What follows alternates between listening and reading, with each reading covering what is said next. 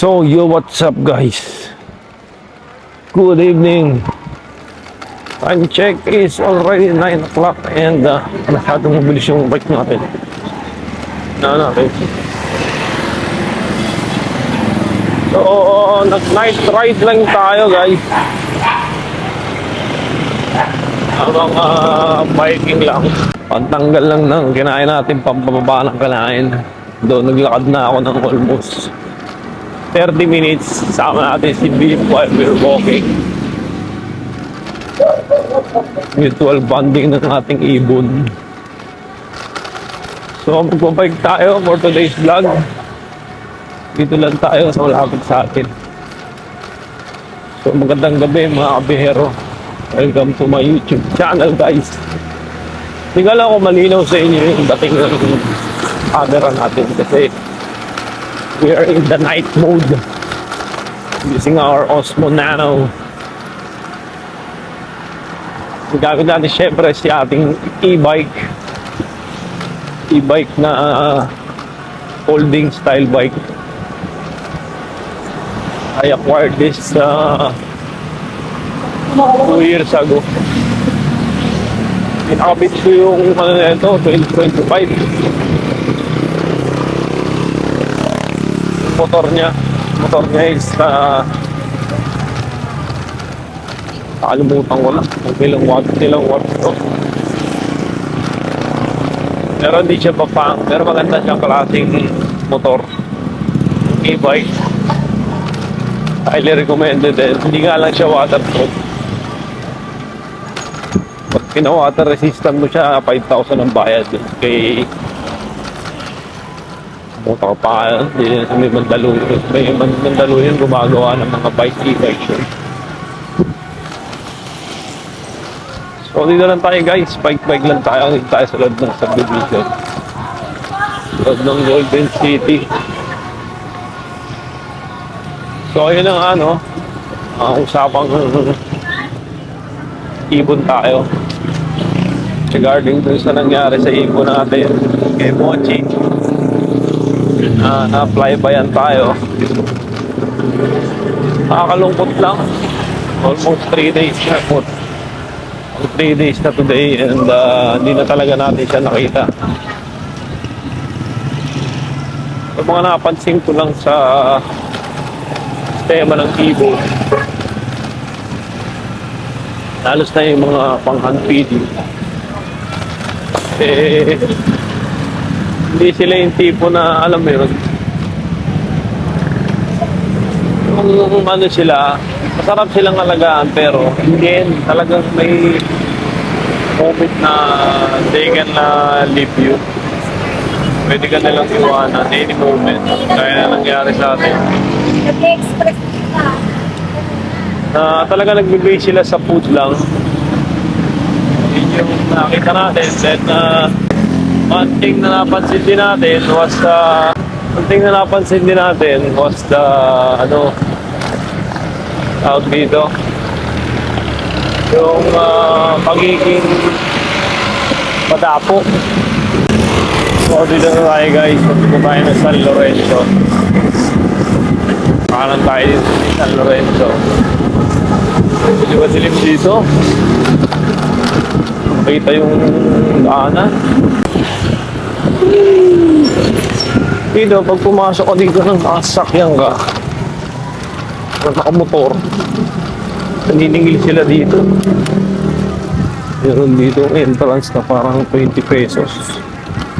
Hindi ko na alam sa bike. Hindi natin magkaka-bike.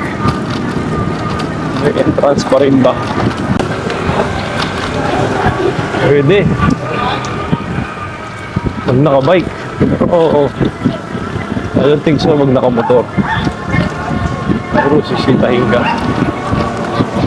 Ito yung San Lorenzo subdivision. Ito yung Santa Rosa, Laguna. Dami na rin tindahan dito. Wah! Puta! Mia! Sabi. Hindi ko nakikita yung daan. Nahilaw na rin dito yung Ganda yung org dito, organization dito. Ano sila? Ako nga ilaw ko sa gilid.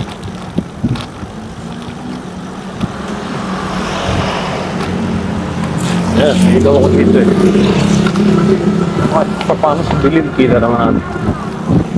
Alright, arms. Bali, mahina lang ilaw natin pero pwede na yan. At least pagka biglang lubak o makita kong biglangan, hindi ka mabubuslo. Saan natin na-charge yan? Yung bike natin is reverse pa yung battery ko. So, nothing to worry about. Nakakalma loob pa to. Gusto yung dyan lang ang lakad. Kaya naalala ko, nag-Manila ako nito, full battery, dalawa lang nagamit ko. Kaso that time, bagong-bago pa siya doon. Pero hindi pa naman ito gamit na gamit. Shout out in Champion Kingdom. Woo! Very nice. Paradise. Pag-exercise din tayo ng bike. Doon kanina, tumakbo rin pala tayo kanina. Nag-jogging tayo ng konti. Oh, yan o. Enchanted Kingdom. Malapit lang sa atin yung dito. Bicycle distance lang kaya-kaya makarating dyan. JPP Asian Mart. Yan, makikita mo dito sa gabi. Ace from the Greens. Boy pa ko na si Atoys dito.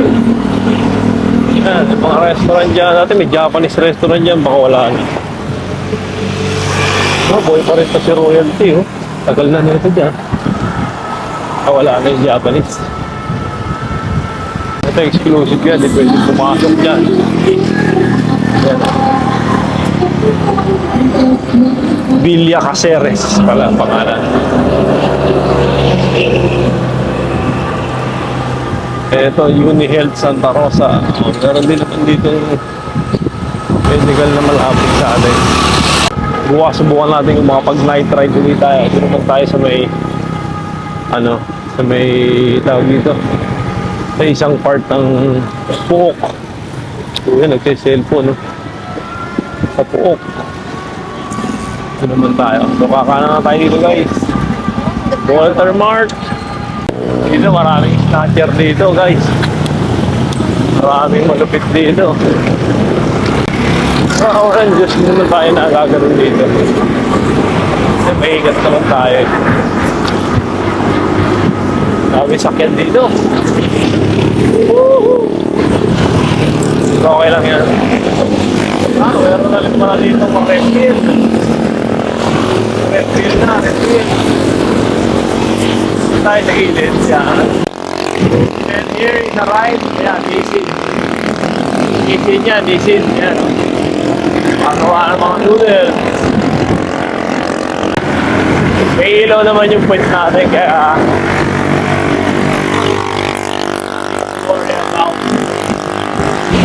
nakataman yung ilaw ko sa likod. Ito kung wala, ang hirap mag-bike dito. Kasi dami sasakyan, guys. Time check. 20 minutes na tayo nagbabike. Pero parang hindi naman tayo papagod. Kasi nga yung e-bike natin, nakaangas to eh. Lalo hindi mo nakakapagod to. Hindi tayo naka-attire, ha? Guys, ha? At chinelas lang ako. Bang mas masarap mag-bike ng kachinelas eh. Pero na nakasapato. Mahangin, nahanginan yung paa ko. Paano sa e-bike natin yan? Bilis yung e-bike ko eh. Kala nga ng iba, magaling ako magmalakas ako mag-bike eh. Hindi na alam, e-bike yung gamit ko. Kasi one time may nakapag-karerahan sa akin eh. Lakas ko daw, lakas mo kuya! Sabi ko, malakas na ako magkasar kuya. Pero naka-e-bike ako. So yun, diretso na tayo. Woo! So we are back here in MSR Road, guys. Grabe.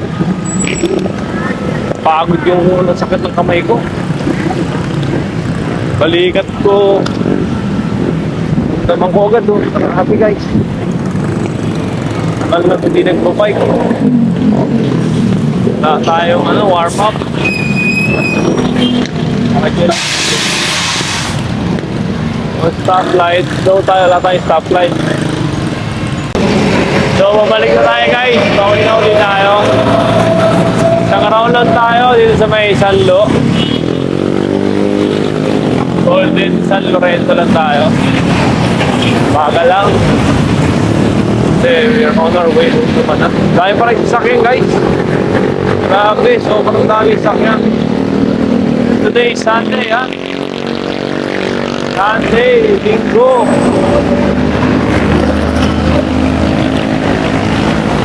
Pero sobrang daming sasakyan. Pero dati na nagbabike ako, wala akong matakot-takot sa mga ganyan.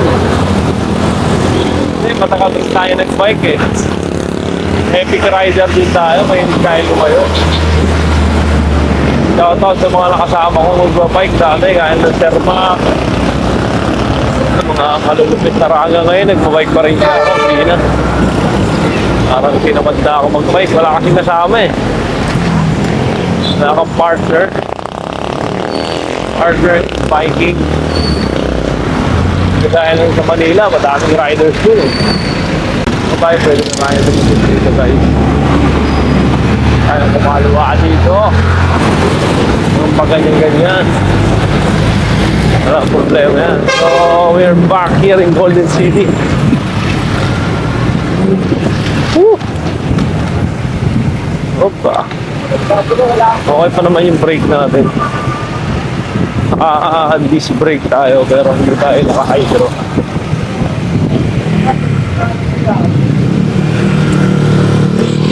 Nandito na tayo, guys.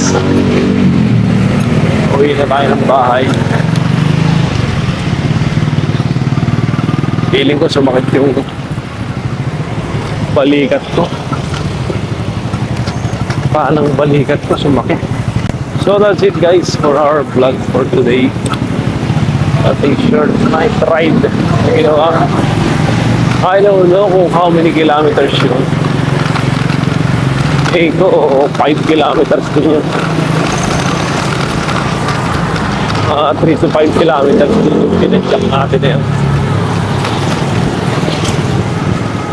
And at least nakapag-exercise tayo 2 beses. Which is the first one was jogging this afternoon.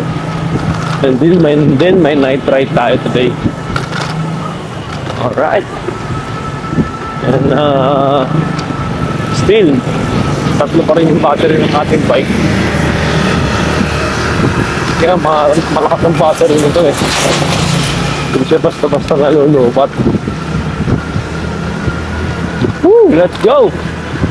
So again, guys, please follow my YouTube channel, Bihero TV. Again, thanks for watching. Peace!